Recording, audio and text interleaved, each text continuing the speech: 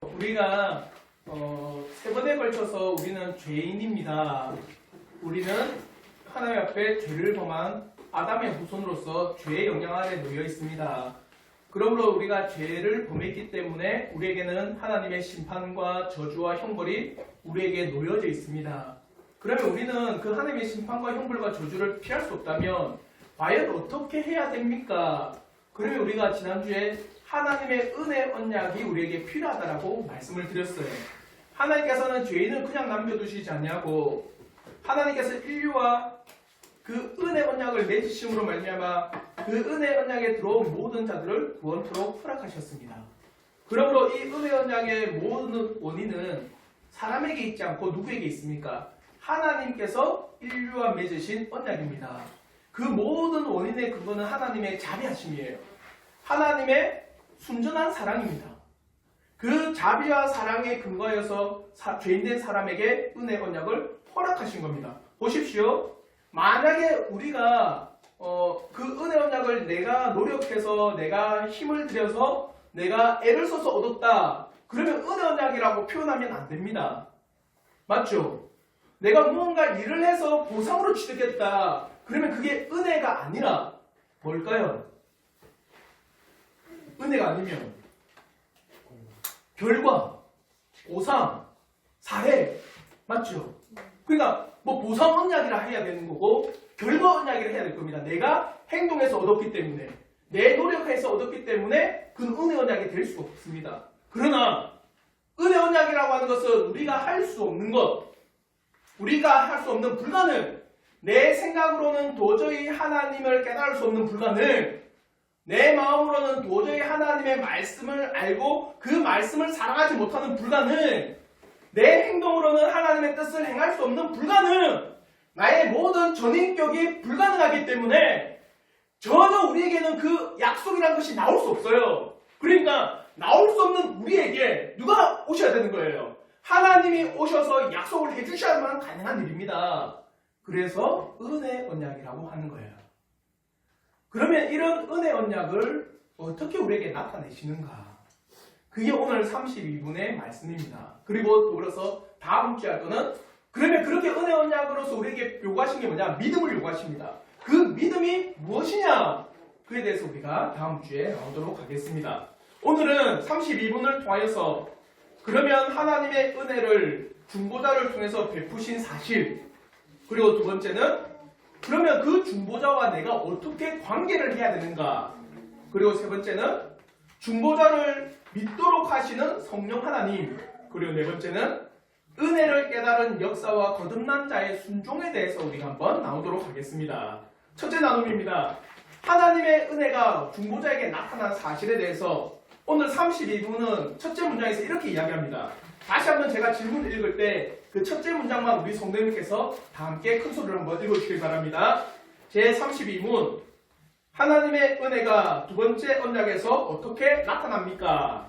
하나님의 은혜는 두 번째 언약에서 다음과 같이 나타납니다. 하나님께서는 그 언약 안에서 한 중보자를 값없이 예비하여 죄인들에게 제공하시고 중보자로 말미암아 생명과 구원을 베푸십니다.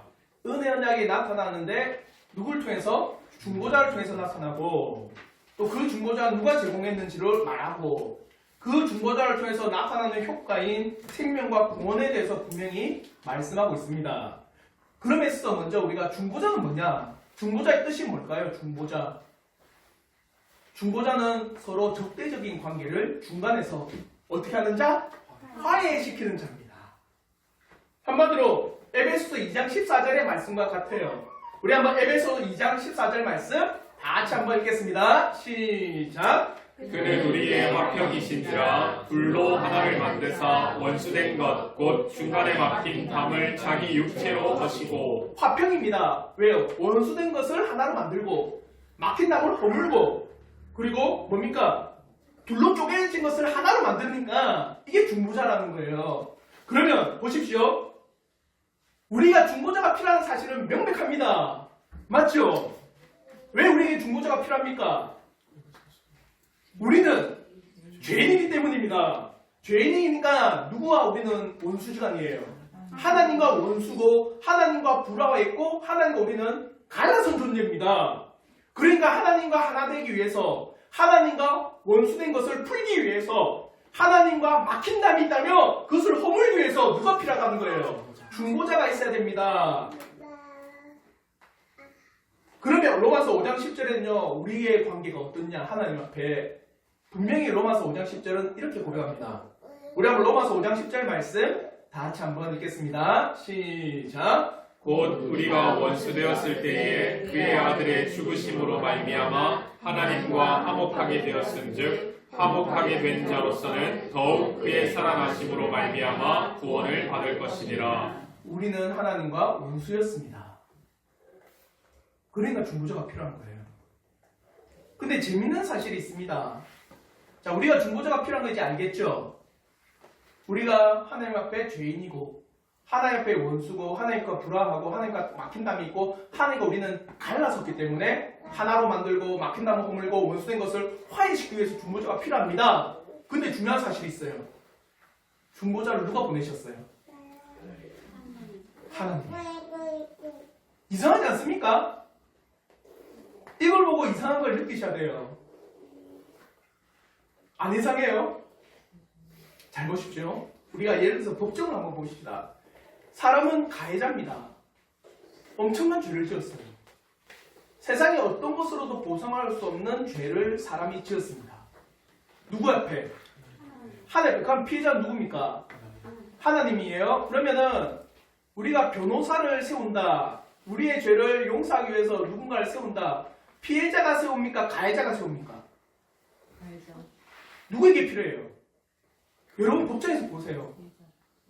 누가 변호사를 대동합니까? 가해자예요.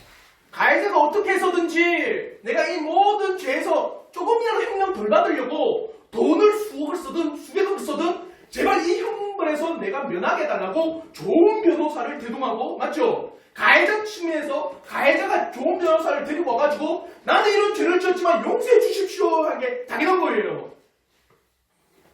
근데 중보자를 누가 세웠다고요? 피해자인 하나님이 세우셨어요. 이상하죠? 전적으로 타락한 인류에게 피해자 되신 그 하나님께서 중보자를 제공하셨다. 어떻게 설명할까 이걸? 그래서 이걸 무조건적인 은혜라는 거예요. 거부할 수 없는 은혜입니다. 하나님께서 죄인된 사람에게 중보자를 보내신 것은 그의 한없는 은혜로 말미암아 베푸시는 무조건적인 은혜로 제공된 겁니다. 중보자를 보내심에 하나님께서는 죄인들에게 어떠한 조건도 내시지 않았어요. 내가 너희들이 이렇게 하면 중보자 줄게. 내가 너희들이 이렇게 하면 이 중보자 내려 보내줄게. 안 하셨어요. 조건도 없고, 맞죠? 어떤 요구사항도 없고, 어떠한 기준도 없고, 하나님의 무조건적인 놀라우신 사랑과 은혜로서 누구를 베푸셨다? 중보자를 이 땅에 베푸셨다는 거예요.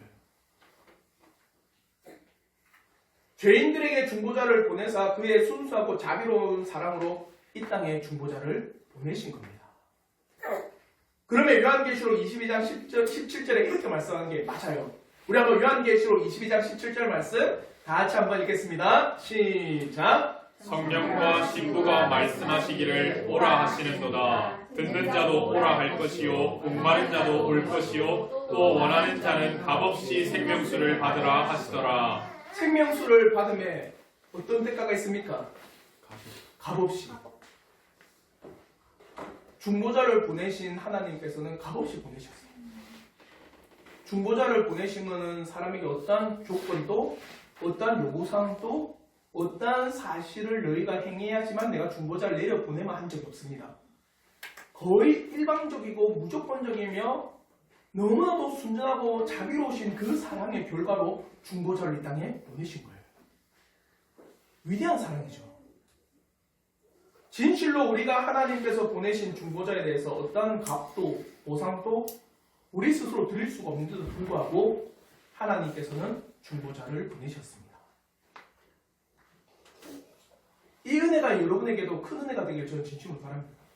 그러면 이제 이렇게 중보자를 보내신 하나님께서 중보자로 말미암아 제공되는 놀라운 혜택이라기보다 놀라운 은총. 그게 뭐냐? 이 중보자로 말미암아 우리가 뭘 얻습니까? 생명과 구원을 얻습니다. 이렇게 이야기해요. 타락한 죄인들은요 결코 하나님의 얼굴을 볼 수 없습니다. 죄인들이 하나님의 얼굴을 볼 때 역사적으로 구약적으로 죄인이 하나님의 얼굴을 본다. 어땠는지 아세요? 두려워 떨었어요. 너무나도 두려워가지고 내가 죽을 것 같다고 합니다. 하나님 앞에 정말 그 죄인이 딱 섰을 때 너무나도 무섭고 두렵고 그 죄인된 심령 앞에서 하나님의 엄연한 심판이 나에게 있을까? 너무나도 떨려요. 그래서 출애굽기 20장 18절과 19절에 이렇게 말씀합니다. 우리 한번 출애굽기 20장 18절부터 19절 말씀 우리 한번 다 같이 한번 읽겠습니다. 시작.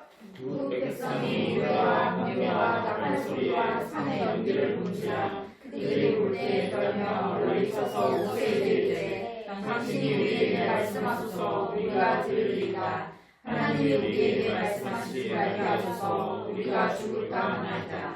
하나님이 우리에게 말씀하지 말아달래요.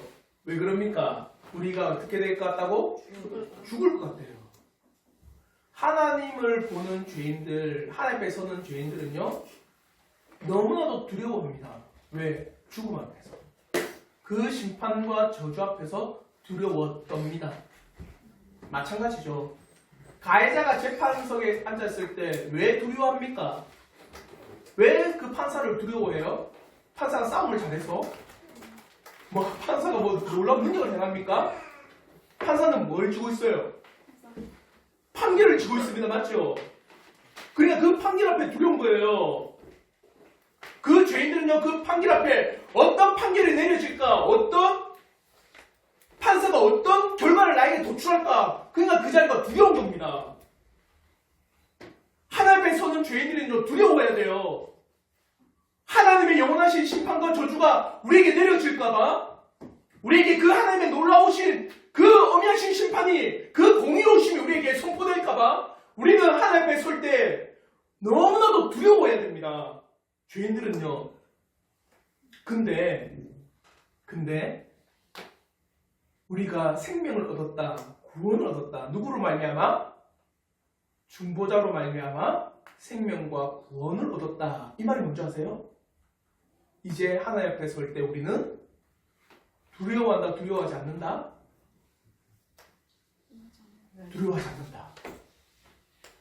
생명을 얻었다라는 건 뭘 얻은 겁니까? 자요? 여러분 이걸 잘 아셔야 돼요. 죄의 모든 결과는 뭡니까? 죽음. 맞죠? 그러면 내가 생명을 얻었다. 이건 뭡니까? 죄가 나에게 있다 없다? 없다. 맞죠? 그러면 죄가 없는 내가 하나님 앞에 설 때 죄인이 두려워하겠죠. 맞죠? 그럼 우리는 하나님 앞에 죄 없이 섰다면 두려워할 필요가 없다. 하나님과 교제하며 그 기쁨 가운데 나갈 수가 있다. 중보자로 말미암아 내가 생명을 얻었다. 그건 뭐냐? 중보자로 말미암아 내가 죄사함을 얻고 하나님 앞에 담력을 얻고 나갈 수 있는 은혜를 얻은 거예요. 그러니까 히브리서 4장 16절에 말씀하는 게 그와 같은 겁니다.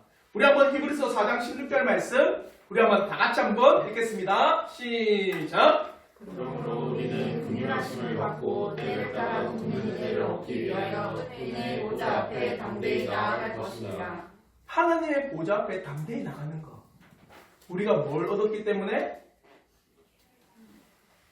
생명을 얻었기 때문에.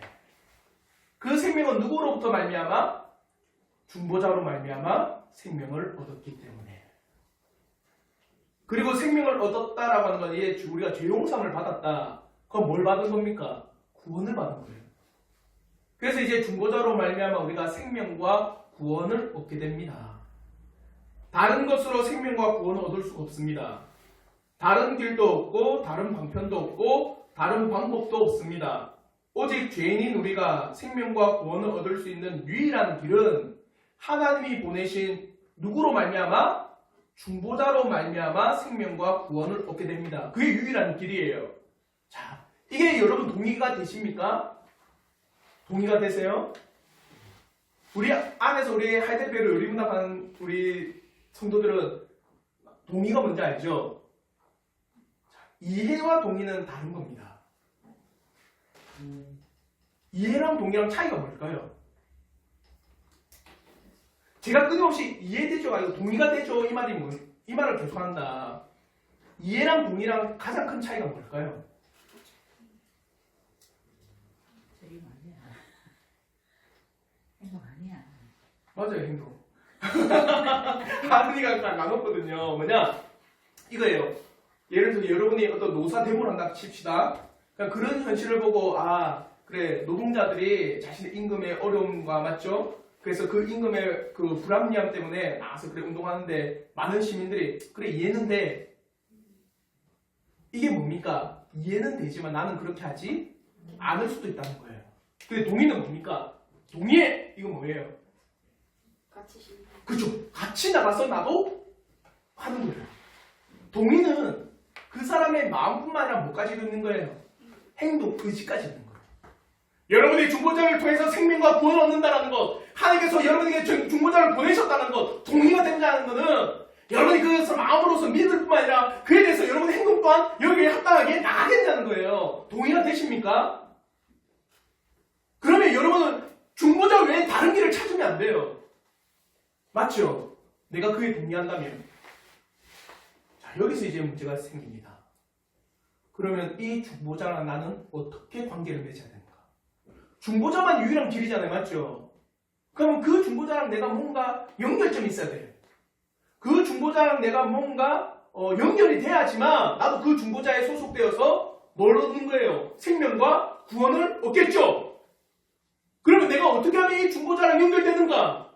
그것 또한 우리 32문에서는 잘 가르쳐주고 있습니다. 우리 한번 32문 네모난 박스 한번 우리 성도님들 크게 한번 읽어보도록 하겠습니다. 시작! 그리고 하나님은 죄인들이 중보자와 관계를 맺을 수 있도록 믿음을 요구하시고 뭘 요구하신다? 믿음. 하나님께서는 중보자와 관계를 맺을 수 있도록 믿음을 요구하십니다. 어떤 믿음일까요, 그러면? 내가 믿습니다! 이 믿음일까요? 뭘 믿습니까? 글쎄요, 저도 뭘 믿는지 모르겠습니다. 그러나 믿어요. 이 믿음일까요? 어떤 믿음을 요구하실까요? 여러분에게 누가 질문해요. 여러분 뭘 믿는데요? 교회를 다니면서 뭘 믿고 있어요? 자, 이런 질문을 했다면 여러분 뭐라 대답하실 거예요? 아, 글쎄요. 내가 뭘 믿는지는 모르겠습니다. 이러면 큰일 날 일입니다. 하나님께서 우리에게 믿음을 요구하시는데 어떤 믿음을 요구하시느냐? 이거예요. 우리에게 베푼 중보자가 나의 모든 죄를 사하셨음을 내가 믿는 거예요. 그러므로 그 중보자가 나의 모든 죄를 사할 뿐만 아니라 나에게 생명과 구원을 허락하심을 믿는 겁니다. 친히 그가 나의 모든 더러운 죄를 짊어지셔서 나는 더 이상 죄가 없음을 그 중보자를 통해서 내가 믿는다라는 거예요. 그러므로 요한복음 3장 16절에 이 말씀을 동일한 겁니다. 우리 한번 요한복음 3장 16절 말씀 우리 한번 다 같이 한번 읽겠습니다. 시작! 하나님이 세상을 이처럼 사랑하사 독생자를 주셨으니 이는 그를 믿는 자마다 멸망하지 않고 영생을 얻게 하려 하시니라. 이걸 믿는 겁니다. 나는 중보자가 필요합니다. 그럼 그 이전에 나는 어떤 존재라는 것? 죄인입니다. 그래 난 중보자가 필요합니다. 중보자 하나님께서 우리에게 보내십니다. 그 중보자가 나의 죄를 짊어지셨습니다. 그 중보자가 나의 모든 죄를 짊어졌기 때문에 나는 더 이상 죄가 없습니다. 그러면 그 중보자로 말미암아 나는 그 생명과 구원을 얻게 됩니다. 결코 이거 외에는 내가 구원을 얻을 길이 없습니다. 내가 이것을 믿는 거예요. 여러분 무엇을 믿습니까? 이런 질문을 한다면 이 답이 여러분에게 있기를 저는 진심으로 바랍니다. 과연 우리가 스스로 구원에 이룰 수 없다고 하는 사실을 깨닫고 죄인으로서는 어떠한 방법과 방편과 노력과 행위로는 구원에 이룰 수 없고 생명을 얻을 수 없다는 사실을 깨닫고 그리고 죄인으로서는 할 수 없는 생명과 구원을 이루신 분이 바로 유일한 중보자 되신 이분이 이루셨음을 내가 믿고 동의하며 나가는 겁니다. 그러므로 요한복음 1장 12절에 이렇게 말씀하는 거예요. 우리 한번 요한복음 1장 12절 말씀 다 같이 한번 읽겠습니다. 시작. 영접하는 자 곧 그 이름을 믿는 자들에게는 하나님의 자녀가 되는 권세를 주셨으니 그 이름을 믿는 자에게 하나님의 자녀가 되는 권세를 주셨다. 그러니까 성경에서는요, 믿음을 말할 때는 구체적인 겁니다. 요한복음 1장 12절에서도 영접하는 자, 믿는 자들에게는 이렇게 말하지 않고 뭘 믿는 자? 그 이름을 믿는 자. 그럼 그라고 하는 지칭이 있겠죠. 누굴까요? 예수 그리스도. 예수께서 그리스도 하신 그리스도의 일을 하신 그것을 내가 믿는 자. 그들이 영생을 얻는다라는 겁니다. 믿음은 구체적인 거예요. 믿음은 확실한 겁니다. 믿음은 나타내시고 보이시고 증가하신 겁니다. 말씀 가운데 우리에게 명확하게 깨닫게 해주신 게 믿음입니다. 그래서 그 믿음에 대한 놀라운 사실들을 내가 고백하는 거예요. 그 중보자에 대한 확실한 믿음과 언약과 약속에 내가 확실히 동의하며 믿는 겁니다. 그 믿음만이 우리에게 뭘 줄까요? 구원과 영생과 생명을 주는 거예요. 그러면 이제 또 다른 문제가 발생합니다. 어떤 문제냐? 여러분에게 믿음이 있어야 되죠. 그럼 그 믿음을 어떻게 얻느냐? 이게 문제가 생기는 거예요. 이 믿음은 어떻게 생길까요? 그렇죠. 그래서 오늘 우리가 읽었던 32문에는 그 믿음을 어떻게 우리에게 발생시키느냐까지도 다 가르쳐 줍니다. 우리 한번 네모난 박스 한번 다 같이 한번 크게 한번 읽겠습니다. 시작. 그의 택하신 모든 사람에게 다른 모든 구원의 은혜와 더불어 믿음이 그들 안에서 역사하도록 하나님의 성령을 약속하시고 주셔서 믿음이 그들에게 역사하기 위해서 누가 주신다? 누가 오신다? 성령 하나님께서 그들에게 믿음을 주십니다. 하나님께서 택하신 모든 사람들이 구원의 은혜와 더불어 다른 모든 구원의 은혜. 그러면 구원의 은혜가 여러 가지인가? 그래 볼 수 있겠죠. 그 말이 아니라 다른 모든 구원의 은혜라는 건 다른 모든 구원의 은사들. 뭐가 있을까요? 성령이 우리에게 계신다. 그럼 우리에게는 어떤 은혜가 있을까? 어떤 은사들이 있을까? 그렇죠. 갈라디아서의 말씀이죠. 5장 22절부터 23절. 오직 성령의 열매는 사랑과 희락과 화평과 오래 참음과 자비와 양성과 중성과 온유와 절제니 이 같은 것을 금지할 법이 없느니라. 성령 하나님이 우리에게 있음으로 말미암아 더불어서 우리에게 주시는 은혜들. 성령이 나 안에 있다. 보세요. 여러분이 이제 내가 믿음을 가진다라고 하는 거는 내가 그냥 단순하게 믿습니다 이게 아니라 믿음의 요체인 우리의 중보자에 대해서 명확하게 알고 그에 대한 사실을 깨닫고 그에 대해서 믿음은 누가 주신다? 성령께서 나에게 주시는데 그 성령은 또 우리에게 뭘 허락하시느냐? 사랑도. 왜? 성령의 열매니까. 성령이 나한테 있으면 열매 맺겠죠. 맞죠? 그러니까 사랑도, 희락도, 화평도, 뭡니까? 오래 참음도, 자비와 양성과 중성과 온유와 절제도 우리에게 맺힌다 안 맺힌다? 맺힌다라는 거예요. 이 모든 은사까지도 누구에게 준다? 우리에게 주신다는 거예요. 알겠습니까? 믿음이 그들 안에 역사하신 것은 성령 하나님입니다. 어떠한 사실도 어떠한 이 땅에 어떠한 방법으로도 우리가 이 믿음을 쟁취할 수가 없어요. 성령 하나님께서 그에게 임하셔서 그 믿음을 허락하시고 그와 더불어 성령이 그 안에 거하심으로 말미암아 성령의 놀라운 은사의 열매들을 그들이 맺게 하시는 겁니다. 그러면 고린도전서 12장 3절에도 동일하게 말해요. 우리 한번 고린도전서 12장 3절 말씀 다 같이 한번 읽겠습니다. 시작. 그러므로 내가 너희에게 알리노니 하나님의 영으로 말하는 자는 누구든지 예수를 저주할 자라 하지 아니하고 또 성령으로 아니하거든 누구든지 예수를 주시라 할 수 없느니라. 예수를 저주할 뿐이다. 예수를 죽일 뿐이다. 예수를 신성모독자다. 그렇게 하지 않는 자는 누구라는 거예요? 성령이 거하시는 자들은 결코 그렇게 하지 않는다. 성령이 그들에게 임하면 예수는 나의 주이십니다. 예수는 나의 주인이십니다. 예수는 나의 참된 구원자가 되십니다. 그렇게 고백한다. 성령이 임하시면. 그러니까 그 믿음은 성령이 주신다. 즉 성령 하나님께서 죄인 가운데 역사하실 때 먼저는 중보자를 알게 하시고 그 중보자에 대한 믿음에 대한 동의가 일어나게 하시고 그 그와 더불어 그 동의 가운데 그가 또 살도록 만들어 주신 게 성령 하나님이다. 그러므로 요한복음 14장 26절에도 마찬가지입니다. 우리 한번 요한복음 14장 26절 말씀 우리 한번 다 같이 한번 읽겠습니다. 시작. 너희사 곧 아버지께서 내 이름으로 보내실 성령 그가 너희에게 모든 것을 가르치고 내가 너희에게 말한 모든 것을 생각나게 하리라. 모든 예수의 가르침을 생각나게 하고 모든 예수의 가르침을 알게 하는 것은 누구다? 성령 하나님이다. 그러니까 여러분에게 믿음을 주시는 것도 성령이에요. 여러분의 택하시어 부르신 것은 누굽니까? 하나님, 성부 하나님이에요.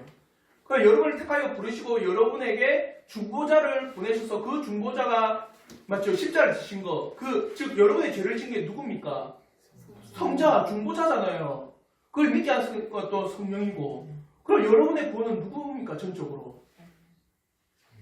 삼위 하나님이에요. 삼위 하나님. 사람이 구원을 이룬 게 아니에요. 삼위 하나님께서 우리의 모든 구원을 전적으로 이루신 겁니다. 성령 하나님께서 여러분에게 임하시지 않으면 예수를 주라고 말할 수가 없어요. 근데 이제 고민이 돼요. 어떤 고민이 되냐면 그러면 입술로 고백하는 모든 사람은 다 거듭난 사람이냐? 오늘 교회 가보십시오. 교회 가면은 예수가 하나님이라고 고백 안 하는 사람 없습니다. 그렇게 안 하면 큰일 나죠. 성령 하나님께서 나에게 믿음을 주시고 그렇게 말하자. 예수는 주이십니다. 그렇게 고백 안 하는 사람 아무도 없습니다. 그러면 그 모든 사람 다 거듭났습니까? 거듭났을까요? 그것 또한 32분에서 우리에게 너무나도 잘 가르쳐줘요. 우리 32분 맨 마지막 문장. 그러므로 말미암아 당신들이 성령 말미암아 믿음이 있다. 내가 이것을 믿는다. 정말 우리의 중보자의 놀라운 사실을 내가 믿음으로 동의하고 나는 그렇게 믿음 가운데 살겠습니다. 그러므로 말미암아 성령께서 나에게 그 믿음을 주셨을 때 그 사람은 어떻게 하느냐? 32분 맨 마지막 문장을 한번 다 같이 한번 읽겠습니다. 시작. 그들로 모든 일에 거룩하게 순종할 수 있게 하십니다. 이러한 순종은 하나님께 대한 그들의 믿음과 감사가 진실하다는 증거이며 하나님께서 그들을 구원하시기 위해 약속하신 방법입니다. 어떻게 한답니까? 믿음이 있으면 모든 일에 거룩하게 순종한답니다. 믿음을 주시는데 그것으로 인해서 이제 죄인들이 모든 일에 거룩하게 순종한답니다. 거룩한 일이 뭘까요? 나는 거룩이다. 목소리를 차분하게 가면 거룩입니까? 아니면 행동 거지가 성경책 딱 끼고 이러면서 이게 거룩이에요? 뭔가 거룩이라는 거, 거룩한 일이라는 건 뭘까요 도대체? 거룩한 일. 하나님의 말씀의 일입니다. 즉 다른 말이 이거예요. 내가 거룩한 일에 전적으로 순종한다. 뭐에 순종한다는 거예요? 하나님의 말씀에 전적으로 난 순종합니다. 이거예요. 말씀에 자기가 순복한다는 겁니다. 이제 거룩하게 살도록 내가 말씀 가운데 전적으로 살아가는 거예요. 그러니까 잘 보십시오. 거듭난 자가 하나님의 거룩한 이 말씀의 일에 순종한다. 그러면 거룩한 거듭난 백성의 삶의 모든 기초는 뭐가 될까요? 말씀이 되는 거예요. 기초도, 기준도, 삶의 모든 법칙도, 삶의 모든 방향도, 삶의 모든 핵심도 뭐가 핵심이다? 말씀의 핵심이 됩니다. 그 일을 내가 순종하며 나가는 거예요. 이걸 한마디로 하면 이겁니다. 성화의 삶을 사는 겁니다. 죄인들이 더욱더 거룩한 삶 가운데 순종하도록 살아갑니다. 그래서 고린도후서 5장 15절의 말씀이 합당한 겁니다. 우리 한번 고린도후서 5장 15절 말씀 다 같이 한번 읽겠습니다. 시작. 그가 모든 사람을 대신하여 주시는 살아있는 자들로 하여금 당신은 그들 자신을 위하여 살지 않고 오직 그들을 대신하여 죽었다가 다시 살아나신 이를 위하여 살게 하려 합니다. 거듭난 자들은 이제 자신을 위해서 사는 것이 아니라 누구를 위해서 산다? 자신을 거듭나게 한, 자신을 구원하신 예수를 위하여 내가 살도록 합니다. 한번 생각해 보십시오. 나의 죄 때문에 누가 십자가에 달리셨어요? 예수께서 달리셨습니다. 나의 죄를 위해서 누가 목숨을 바치셨어요? 예수께서 생명을 바치셨습니다. 내 죄 때문에 예수께서 찢기셨어요. 내 죄 때문에 예수께서 온 피를 흘리셨습니다. 내 죄 때문에 예수께서 십자가에서 죽임을 당하셨어요. 근데 다시 죄인의 삶을 산다고? 맞을까요? 그럴 수가 없다는 거예요. 그래서 여러분 꼭 기억하십시오. 칼빈뿐만 아니라 모든 교회 개혁자들은요, 하나님께서 너희들을 거듭나게 하셨다. 그러면 반드시 거듭난 자에게는 뭐가 따라온 줄 아세요? 거룩한 성화의 삶이 따라옵니다. 반드시예요. 동전의 양면과 같습니다. 다른 말로 해서 거듭났는데 그가 성화의 길을 안 걷는다. 어떤 존재일까요? 거듭나지 않아요. 거듭나지 않는 거예요. 거듭났으면 반드시 성화의 삶을 살아갑니다. 그러니까 베드로전서 1장 16절에 주님이 너무나도 엄숙한 말씀을 하세요. 우리 한번 베드로전서 1장 16절 말씀 다 같이 한번 읽겠습니다. 시작. 기록되었을 때 내가 거룩하니 너희도 거룩할지어다 하셨으니. 내가 거룩하다. 여기서 말하는 내가 누굴까요? 하나님이 거룩하니까 너희도 어떻게 하라? 거룩하게 살아라. 이게 거듭난 백성의 모습입니다. 진실로 사랑하는 성도 여러분, 여러분이 정말 거듭난 백성이면 성화의 삶이 여러분에게 자연스럽게 나오는 겁니다. 거듭난 신자, 참된 중보자를 믿는 신자는 죄로부터 떠나기를 간절히 바랍니다. 이제 하나님의 말씀을 사모하며 하나님의 말씀의 진리 가운데 거하기를 애씁니다. 더욱더 간절히 거룩한 삶 가운데 자신의 육신의 정욕을 꺾고 누리며 죄로부터 떠나기를 간절히 바랍니다. 누가? 세상 사람이? 거듭난 사람이. 그러므로 성화의 삶을 살아가는 것은 우리가 거듭나기 위해서 살아가는 것이 아니라 성화의 삶은 하나님 앞에 마땅하고 당연한 순종의 모습이요, 나를 구원하신 그 하나님 앞에 어떻게 해요? 감사하기 때문에 내가 더 이상 그 죄를 짓지 않기 위해서 거듭난 삶을, 성화의 삶을 살아가는 겁니다. 사랑하는 성도 여러분, 거듭난 신자는 반드시 거룩한 삶을 삽니다. 그리고 신자가 거룩한 삶을 살아가는 것은 자신을 나타내고 자신이 이렇게 거룩한 삶을 살기 때문에 구원받았다고 하는 자신의 공로를 세우는 것이 아닙니다. 신자가 거듭난 삶, 거룩한 삶을 살아가는 것은 바로 자신을 구원하여 주신 그 하나님 앞에 감사하기 때문입니다. 구원에 대해서 정말 하나님께 감사하다면 이렇게 우리가 예배를 드리는 일에 있어서도 즐거워합니다. 또한 말씀을 읽거나 묵상하는 일에 대해서도 즐겨합니다. 또한 자신의 삶의 시간을 쪼개 기도하며 하나님께서 나에게 베푸신 것에 대해서 진실로 감사로 나가는 게 우리의 모습입니다. 자신을 구원하신 그 은혜를 통해서 살고자 발버둥 쳐요. 어떻게 하면 내가 이 죄로부터 떠날까? 공로가 아니라 감사합니다. 자, 이걸 한번 쭉 연결해 보십시오. 우리는 가해자입니다. 맞죠? 그래서 우리는 하나님 앞에 원수지간이에요.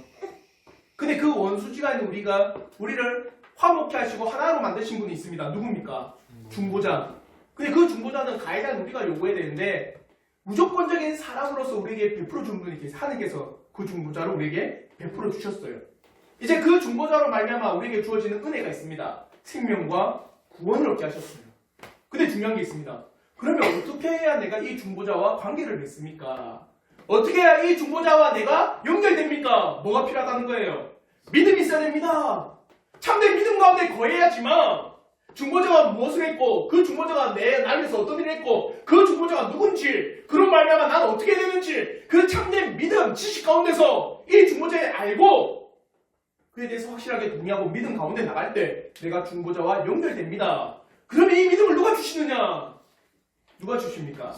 성령 하나님께서 주십니다. 그러면 그 믿음을 주신 자들은 결코 예수 그리스도를 저주받을 자라 하지 않냐고. 누구다? 나의 주요 나의 구원자이신 그분을 우리가 입술로 고백합니다. 그러면 이제 중요한 문제, 입술로 고백한다 해서 그럼 다 구원받느냐? 아니다. 정말 거듭난 신자라 한다면 그는 하나님의 거룩한 일, 말씀을 따라 살아가는 성화의 삶을 살아갑니다. 그는 구원받기 위해서가 아니라 구원받았기 때문에 감사로 살아가는 겁니다. 이게 31문이에요. 그 한 안에 우리의 중보자, 믿음을 주시는 동력인인 성령님, 그리고 그 믿음의 결과, 거듭난 결과인 거룩한 삶까지 다 이야기하고 있어요. 사랑하는 성도 여러분, 이게 아니면 우리에게 구원이 없어요. 이런 사실이 아니고서는 결코 우리에게는요, 구원이라고 하는 것은 주어지지 않습니다. 내가 구원 얻는다, 내가 믿음이 있다라고 하는 것은 확실한 그 근거 하에서입니다. 중보자가 누군지, 그 중보자가 무엇을 했는지, 그 중보자가 나를 위해서 어떻게 역사하시는지, 나는 또 어떻게 해야 되는지, 이 모든 믿음의 지식의 그 근거 가운데서 우리가 믿음을 고백하는 거예요. 그러면 제가 계속해서 예수 그리스도라 하지 않고 중보자라고 하고 있습니다. 맞죠? 왜 그러냐? 다다음 주에 그러면 그 중보자가 누구냐? 그걸 말합니다. 그래서 그분이 누구라는 거예요? 예수 그리스도라는 거예요. 그 예수 그리스도를 믿을 때야 우리가 생명과 구원을 받습니다. 놀라운 사랑입니다. 무조건적으로 베풀어 주신 중보자의 은혜입니다. 사랑하는 성도 여러분, 이 한 주간을 살아감에 있어서도 여러분에게 구원을 베푸신 그 사랑은요, 우리가 말로 표현할 수 없는 무조건적인 사랑입니다. 그리고 그 중보자를 베푸신 은혜, 그리고 그 중보자를 믿게 하시는 은혜는요, 성령 하나님께서 우리 가운데 역사하셔서 믿게 되는 겁니다. 여러분을 전적으로 구원하신 것은 하나님의 모든 100%의 은혜가 아니면 설명할 길이 없습니다. 그러므로 이 한 주간이 진실로 우리 모든 성도들이 감사로 이 한 주간을 살아가길 진심으로 바랍니다. 그래서 더욱더 하나님 앞에 정말 거룩한 삶으로 영광 올려드리시는 우리 모든 성도들 되길 주님의 이름으로 축원합니다. 아멘. 우리